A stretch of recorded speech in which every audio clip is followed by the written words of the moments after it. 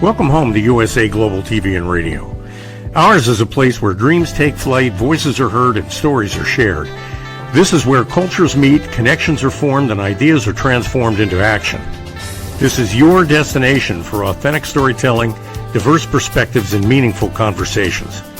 We're where global stories unite and bridges are built beyond all borders. Discover our world of education, entertainment, hope, and inspiration. Together, we're building bridges worldwide. Subscribe to our USA Global TV channel and download our USA Global TV app. Be our guest or join our team. Visit usaglobaltv.com. With heartfelt thanks to our executive producer, Dr. Jacqueline Kerbeck, music scored by Yifei Tang from Cloud Road Music, creative direction by Paul Garcia, and I'm Al Cini, and I'm very proud to be part of the USA Global TV and Radio family. So join us here at USA Global TV and Radio. Make us your home for global connection. All rights reserved. This video and its contents are the exclusive property of USA Global TV and Radio. Unauthorized use, duplication, or redistribution in any form is strictly prohibited. Thank you for being a part of our global community. Let's inspire together. Hello, welcome back to the Compassion Project. If this is your first time joining us, or if you're a returning visitor, I'd like to welcome you to our show today. This is called Full Circle, a roundtable on self-compassion and collective healing. My name is Dr. Danielle Lord, and I am happy to be the hostess of the Compassion Project, where we are recognizing, calling out, and identifying institutionalized trauma so that collectively we can ignite a compassion evolution. But we can only do that if we recognize it, understand it, and then take care of ourselves so that we can begin to take care of others. So welcome in. It's been a really interesting morning. It's been one of those mornings. So we've got a whole litany of things that have transpired. So we're going to hope all those little glitches and bugs are out of the way, and we're going to have a great show. And I am very happy to introduce my roundtable guests today. I'm going to use my PowerPoint, even though my screen would not share. Just one of the fun little things that's happened this morning. So I'm very happy to have a partial roundtable. We've had a couple guests who have had some last minute traumas of their own this morning, so we're going to send them our well wishes.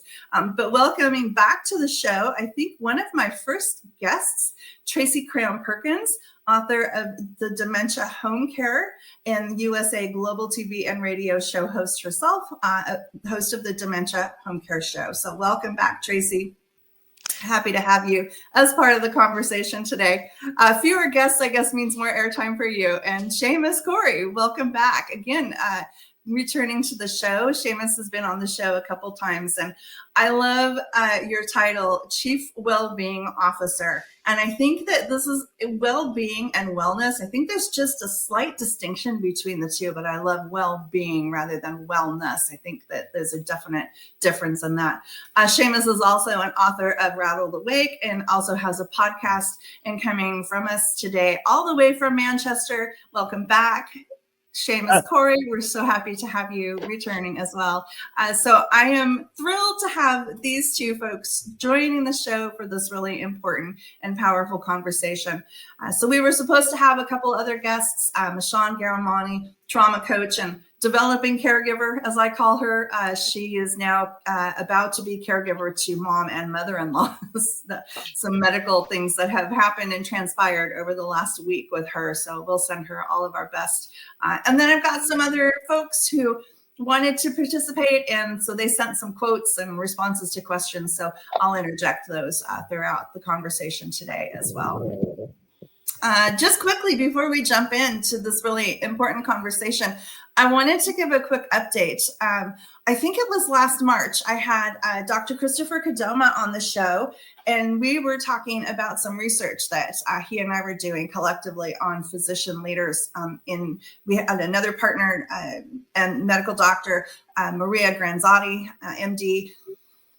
So the data collection is done. I've gone through the thematic coding, and the results are actually really heart-wrenching and very sad. So the combination from the physicians that we interviewed who had transitioned from clinician to leader were disillusioned, helpless, and all struggling through cumulative workplace distress, which is that combination of PTSD, burnout, compassion fatigue, and even moral injury. So I think that's a pretty sad state of affairs for healthcare. So hopefully at some point I can get the two of them on where we can share a little bit more about our findings. All right, but with that in mind, just a quick update, and here we go with our great panel this morning. Tracy, I was telling Tracy before the show started, I had the opportunity to give your book away to a gentleman who works for a client of mine, and his mom had just suffered through a stroke, and she's in a care facility in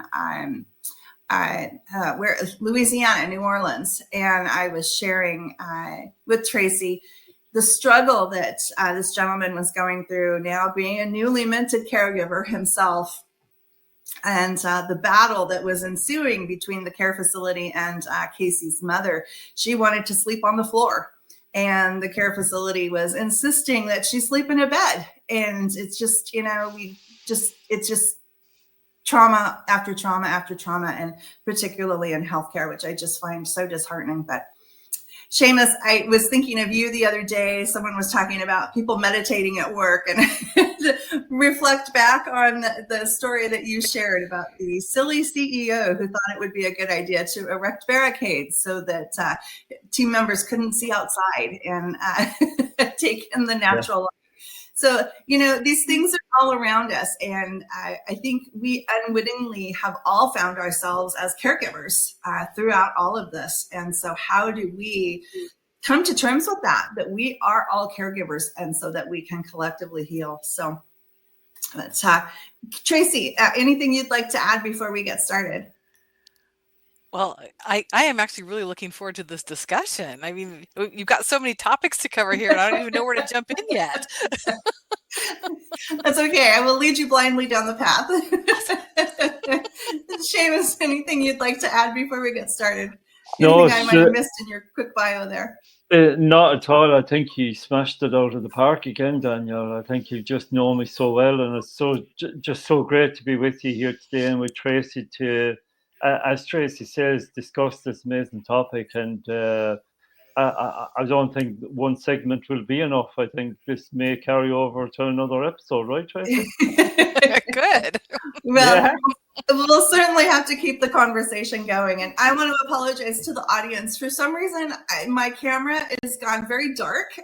So sorry for the lighting if I'm hard to see. So, all right, well, let's get started here. Tracy, because you are kind of our caregiving expert here, working with caregivers and sharing your expertise with caregivers, be they professional caregivers or newly minted caregivers, as you often work with family members.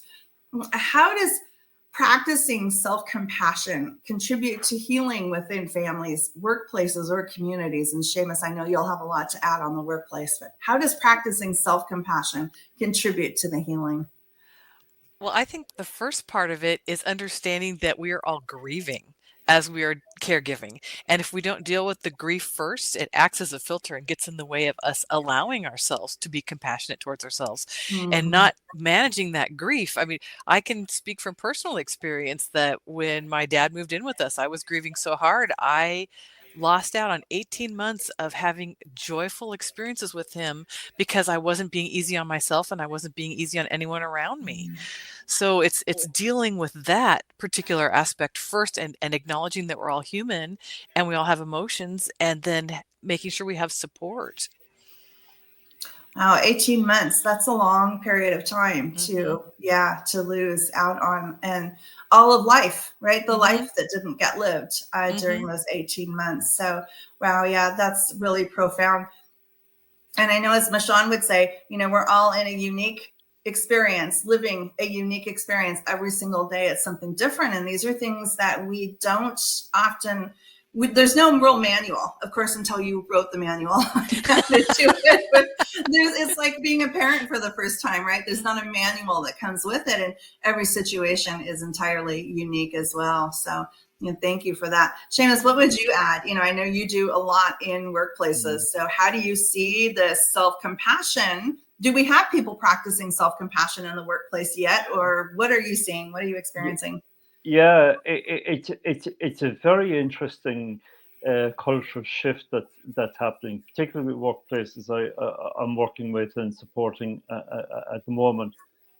Post-pandemic, there seems to be a shift away from the traditional viewpoint of just producing and performing, but actually more about leadership teams having really in-depth conversations with staff teams in order to understand how the dynamics of teams and how they work, but also the personal dynamics of individuals and what might be happening in their own lives. And I think um, I would say it's really in its infancy in terms of the work that I've done, and it's really exciting to see. But there seems to be an element now of more compassion coming into the workplace, or even a greater understanding of the difficulties that individuals might be facing, which may affect productivity and performance, which then allows leadership teams to put effective supports in place. And I think Tracy hit the nail on the head. I think you can only do that when you recognize and take care of yourself first. You can't fill from an empty cup, right? And you can't work, when you yourself are being so hard on yourself. So it's about, and for me, it's about working with leadership teams to help them and support them to understand that we're all human beings together. And if we lead from a standpoint of compassion, then what will follow will be happier staff, a more motivated staff, a staff that will want to stay, but obviously staff that will perform and produce, to the best of their ability, because they'll feel heard, they will feel seen, and they will feel understood. Yeah, wow. I am so thrilled to hear that that's been your experience across the pond, as they say. And I'm hoping that maybe over there in your neck of the woods of England, Ireland, Scotland, and the areas that you work, that maybe they will be leading the way. Because this is not occurring yet in the United States. And this is something I rail on all the time, is that we have got to get out of this mindset of productivity and task and focus on the human, because we're not going to move the needle unless we do. We spoke about that the last time, Danielle, and I really feel that, in the States at the moment, and particularly in your neck of the woods, there's a real element of fear, a real element of anxiety, and a real element of stress currently within the modern workplace element within the United States of America. And what I've heard from my colleagues in the States and those who work in wellness in the States is that there can be no starter for 10 at the moment while that stress, fear, and anxiety takes hold. So initially, that needs to be dealt with, and I'm more than happy, and I stand ready, people of America, for those who wish to listen will listen, and for those who wish to do will do. To come and support those leadership teams who want to do it slightly different.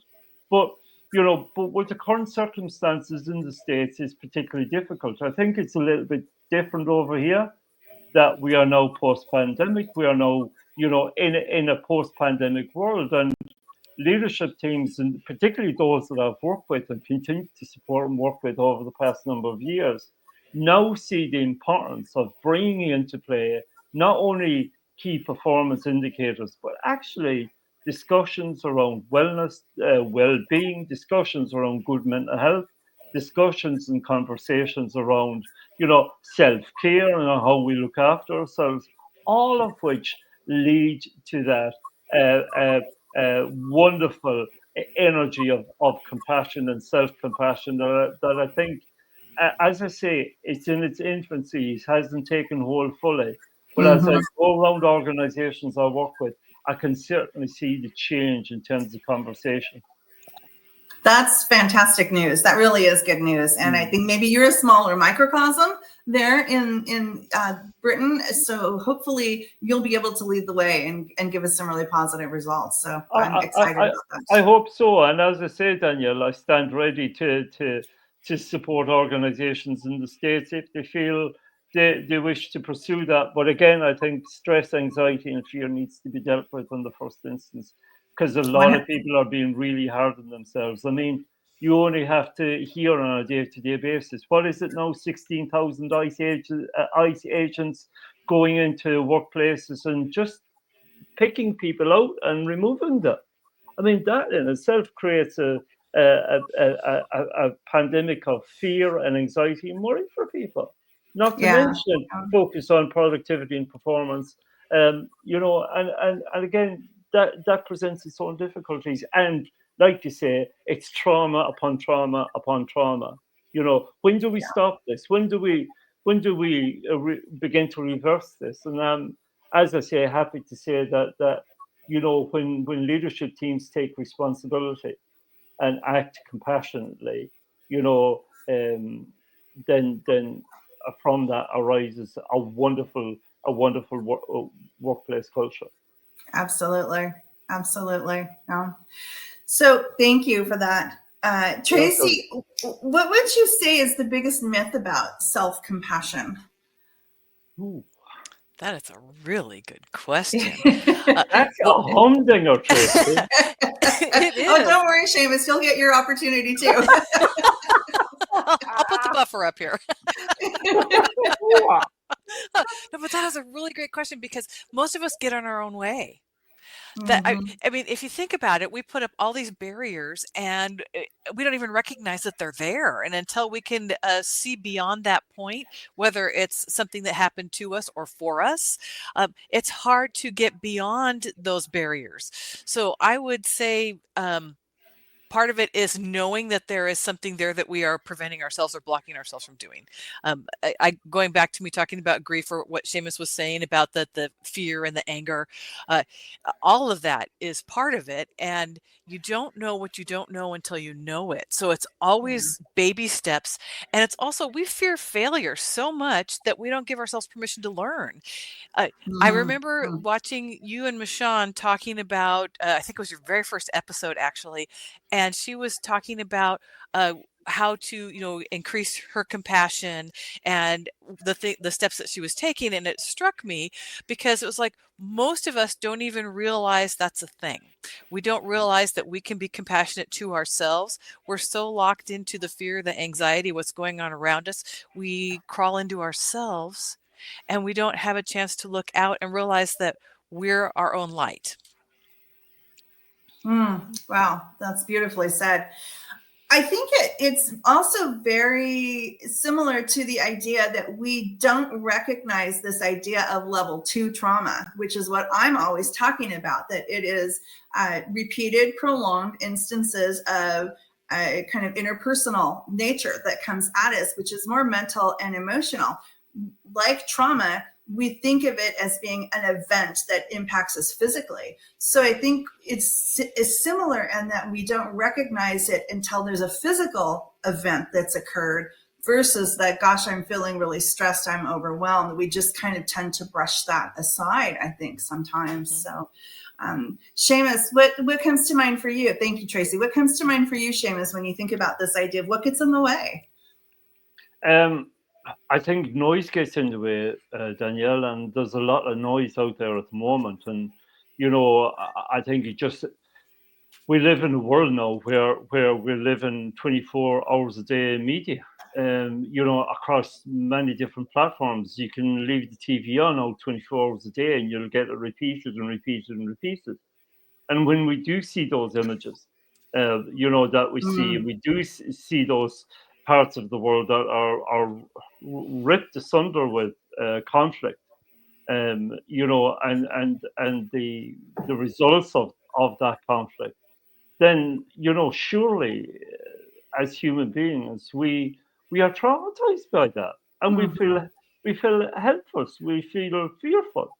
When our leaders stand up and they threat and they bully and they harass, and leaders are expected to lead, and leaders are expected to lead with compassion. And when you don't have compassionate leadership at the highest levels in society, then people begin to worry, then people begin to get fearful, then people begin to get anxious, then people begin to get stressed. And there's a little red button in our remote controls, and there's a little red button in our TVs, that we can switch off. And when we switch off to the noise, we can begin to concentrate ourselves and focus in on ourselves and find out what's important for us, and begin to focus on that. We won't be able to do anything about the global conflict. We won't be able to do anything about the national or international conflicts or issues that are in play. But we can actually do quite a lot about how we respond to that. And if we respond with compassion and self-compassion, then it will go a long way to healing the trauma that, honestly, on a day-to-day basis, you just have to, as I said, switch on your TV screens or turn on the radio, and be traumatized all over again. Yeah, which then you have to wonder, is there intentionality behind that, right? I mean, all for the almighty dollar of, right, the advertising dollars and the ratings that come when you have people that are buying into that, and it's just self-perpetuating the trauma. Absolutely. But I want to, And can I also say, Tracy mentioned joy, and she didn't experience joy for 18 months as a result of experience she had ourselves.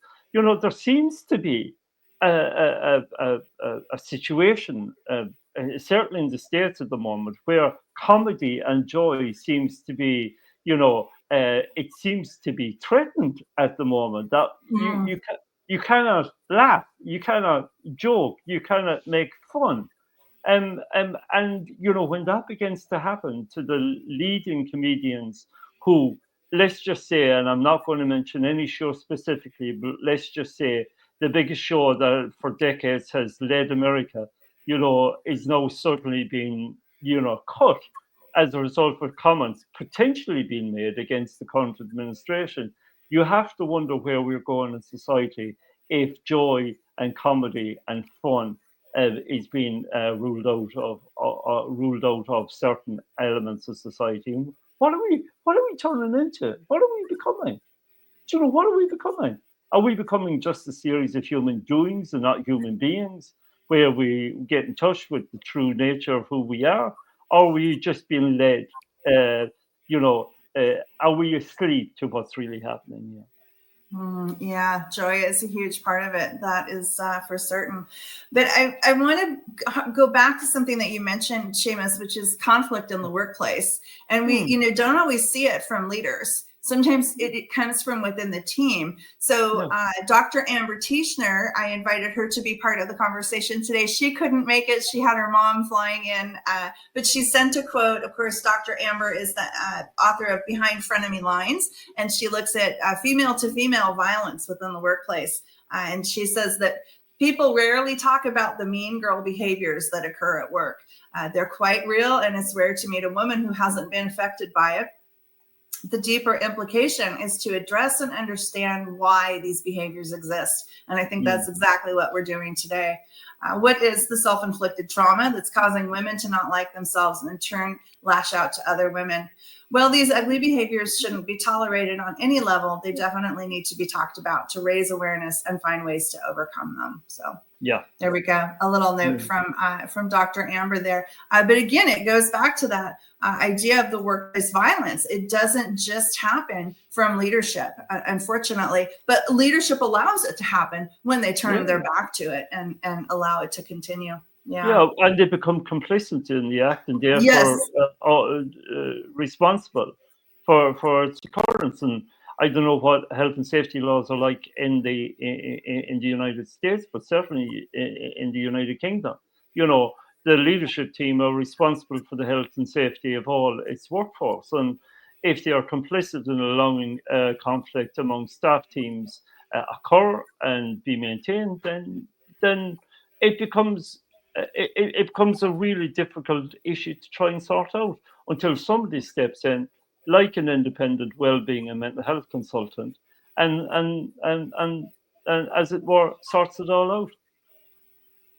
Yeah, and we used to back in the 50s, we used to have industrial organizational psychologists, IOP, which actually a lot of my doctoral work was done in that same field. And we got to a point where we no longer had those individuals in the organization. And it's really unfortunate. I think I'd like to see a return to that. Even my work in organizational development, organizational behavior is oftentimes met with, the spade of crickets and blank stares. What exactly do you do without any real understanding on this? But you're absolutely right, and it requires a holistic approach. It requires that we have the supports available, to workforces, whether that be health, whether that be dental, whether that be physical. But we also need those emotional supports in place to counteract some of the behaviours that are currently happening in the workplaces today. Yeah, and an EAP, an employee assistance program with here's your 3 visits, it's just not enough. No, it really isn't. It really isn't. It's just playing to the masses, as it were, saying we're providing this. Here's another badge, but it's not enough. It's not enough. Yeah, it's a way to pat themselves on the back. But let me move on to another question here, because we only have 10 minutes left, if you can believe it. I told you, Danielle. I warned you right at the top of the hour. You did, and we knew that this was going to be our challenge. So, Tracy, over to you again here. What is one piece of practical advice that you would suggest or give to someone who's ready to begin their own journey or participate in collective healing? Oh, I have a couple things.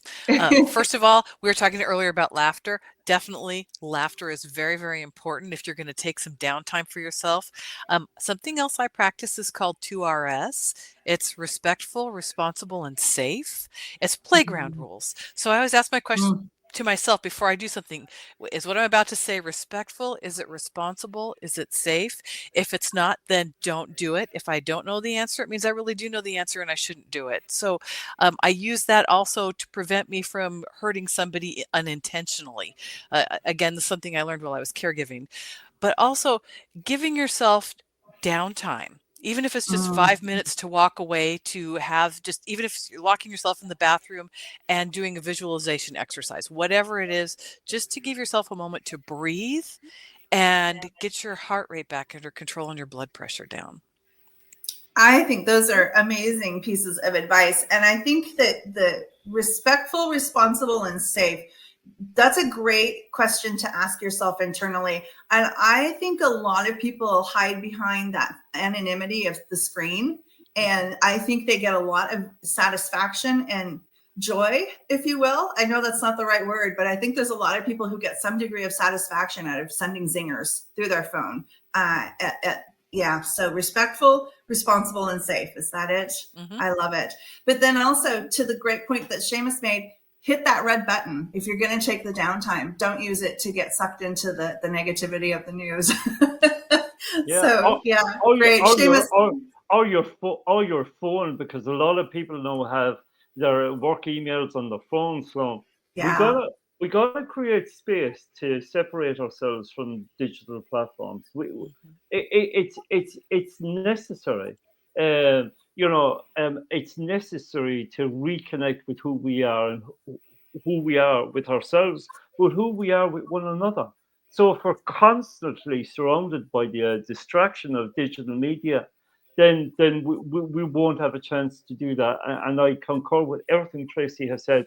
I think we got to look after ourselves. We got to take time for us if we need it, and we got to get rid of distractions when they present themselves. Yeah, and the only way to do that is to have that space where you can go outside or go into the bathroom and completely decompress. That does not include something that's going to contribute to even more stress. So, Annika, who is going to be with us today. So Annika Clicks, she's a mindfulness coach, and she's also my co-author of Focused Moments, the second edition. And so Annika said, we have to start with ourselves. We have to start meditating, journaling, getting in touch with our thoughts and feelings. And that's the first real step to collective healing. And just as Tracy and Seamus mentioned, step away from the noise. But I think where Annika took this into teaching kids how to meditate, and that's that whole idea of mindfulness, right? Is just stepping back from the noise that Seamus mentioned and be with yourself for a few minutes. I remember reading a long time ago, if you can't spend 30 minutes alone, you're way overstressed and you're overwhelmed. So we've got to be able to find a way to spend 30 minutes with ourselves and like ourselves and be happy. So teaching kids this practice, science has shown the benefits of mindfulness and meditation. That's so true in reducing stress, anxiety, and overwhelming. And I think our kids right now are really experiencing it. And if we continue to hardwire the brain this way, we're just going to have a complete state of stress and anxiety like nothing we've ever seen before. So we've got to get kids involved in their own self-care around this. So absolutely. With that, and throw it back over, we've got literally just a few minutes left. So if you could send one message to anyone listening, what would it be, Seamus? Switch off to switch on. Switch off to switch on. That's really simple and concise and powerful. Switch off to switch on. I love that. Yeah. Thank you. Tracy. I don't know how to follow that. That's so awesome. Thank you. You're welcome, Seamus. It's just that I just, I hear that and I'm like going, that's way better than what I was going to say. So, but it is. You can have it, Tracy. Okay. I'll give you credit. Oh, but really, for me, it was learning how to take downtime and just giving myself permission, because there's sometimes you're so overwhelmed, you have so many things piling on, so many responsibilities, that if you don't take that time to breathe, mindful breathing, as Seamus said, take away from the noise. And we have to be our own light. We have to choose to walk into that light, and then it spreads. So make sure that you spread that joy and that laughter with others. Yeah, that is a powerful statement, to spread that light. I refer to it, well, I can't own this. I didn't claim it or make it up, but I refer to it as the daily dose. A lot of people do. So again, I didn't make it up. And the dose is dopamine, oxytocin, serotonin, and endorphins. And those are the things that create those happy brain chemicals in our brain that keep us in that state of feeling good and feeling happy. And that does not come from this, which is my cell phone that I'm holding up. It does not come from screen time.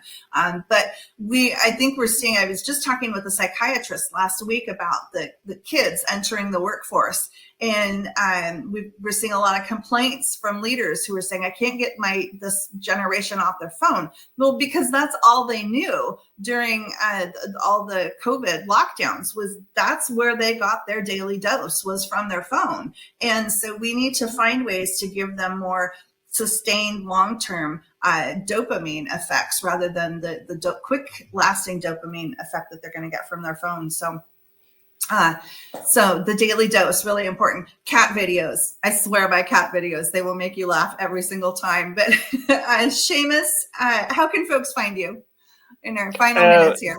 Yeah, they can absolutely find me. Danielle would be delighted to hear that I'm across digital media platforms at the moment, and we've been talking about switching off the digital media. But if people want me, they'll find me at just type into your Google search seamuscorry.co.uk, and you'll get all my knowledge and information. I'm also on Facebook, LinkedIn, TikTok, Instagram, to name but a few other platforms, as well as US Global TV as well, the best US Global TV site in the world. So that's where you'll find me. Fabulous. Thank you so much. Thank you for all your insights and wisdom. It was so good to see you, and I hope that we can see you again at another time soon. Absolutely. Tracy, you and I should connect, by the way. We have something going on here. I think we have a collaboration pending. I would love it. I think so. I would love it. I've got your email now. I've got yours. Tracy, how can folks find you and your great work? And like I said, I was just thrilled to give away my only copy of your book, so I'll be in need of another one here, but I was happy to share that. But how can folks find you and your great work and what you do for folks with dementia and our caregivers? Well, you can connect with me at my website at tracycramperkins.com. I have over 150 resources available for caregivers. You can also sign up for my email, for my newsletter, and get 10 steps to calming aggressive dementia behavior. If you want to connect with me online, I'm available through Facebook and on LinkedIn and occasionally on Instagram. And I also have a show here, the Dementia Home Care Show here on USA Global TV and Radio, and you can see the past episodes on our playlist. Thank you.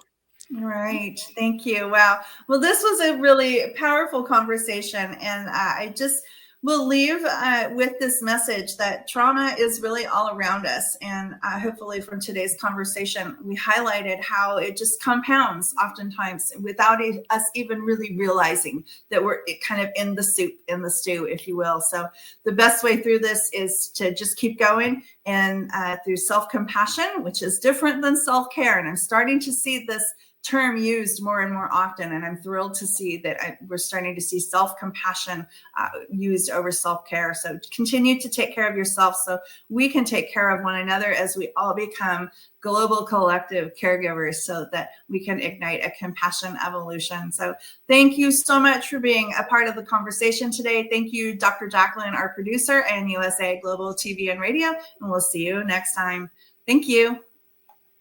USA Global TV and Radio proudly presents Tracy Cram-Perkins, a dementia caregiving survivor teaching how to balance care with peace of mind. #1 resource for dementia caregivers. It's the book Dementia Home Care: How to Prepare Before, During, and After. Over 17,000 copies sold of this must-have guide. And now a testimonial from Tracy Smith. If I was to describe this book to someone who is going through a similar situation, I would underscore how important it is to have some sort of a tool or a guidebook to help you through certain stages. And there's so many, it's such an unknown topic to the average person. And to have this as a reference is essential. It's going to help you get through it personally, as well as help your loved one manage. To learn more, go to tracycramperkins.com. Tracy Cram-Perkins is an award-winning author. She's also the host of Dementia Home Care television show. Watch it here on USA Global TV and Radio. In a world full of noise, misunderstandings, and interruptions, master the art of listening with Dr. Jacqueline Kerbeck. Dr. Jacqueline Kerbeck is the listening mentor of USA Global TV and Radio and the Amazon #1 best-selling author of Mastering the Power of Elevated Listening. Elevate your listening. Elevate your life.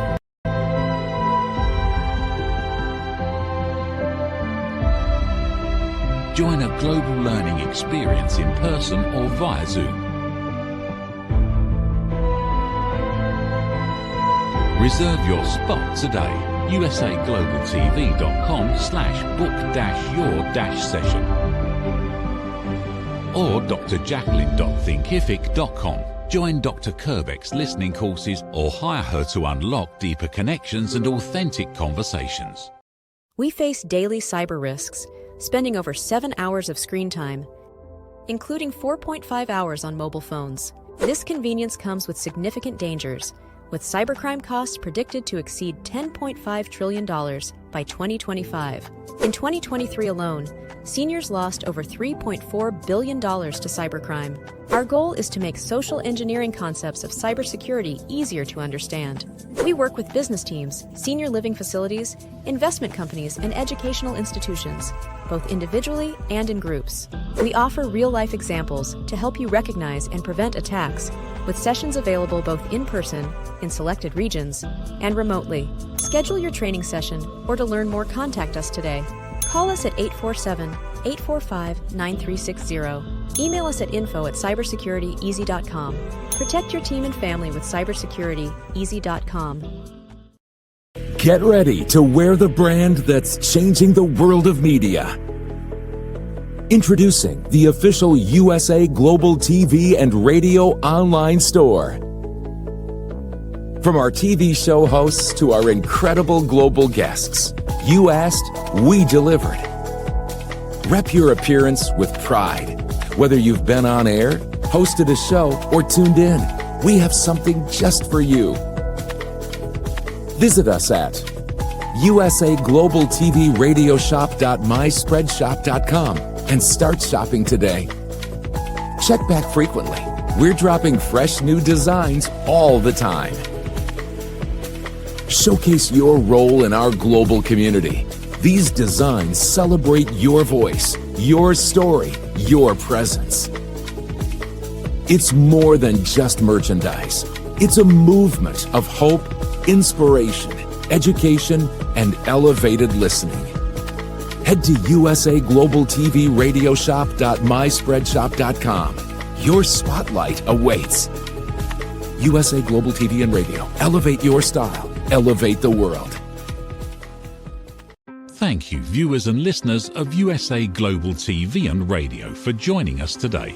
We're honoured to have your time and attention as part of our global community. At USA Global TV and Radio, we believe in the power of authentic conversations, meaningful connections, and creating a world of possibilities together. Want to be part of something bigger? Join our team of elevated listeners at usaglobaltv.com, a space where your voice matters and your ability to listen transforms relationships. Stay connected with us across all our platforms for thought-provoking discussions, expert insights, and empowering stories. Subscribe to our channels at youtube.com/c/USA-Global-TV.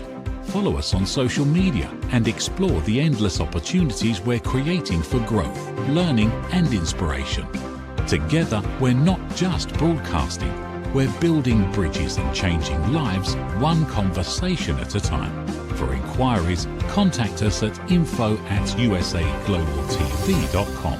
Music by Johnny Dyes. Produced by Executive Producer and Director Dr. Jacqueline Kerbeck. Voiceover by Mike Porter. Creative Direction by Paul Garcia. All rights reserved. Copyright 2025. Visit usaglobaltv.com to view our full terms and conditions.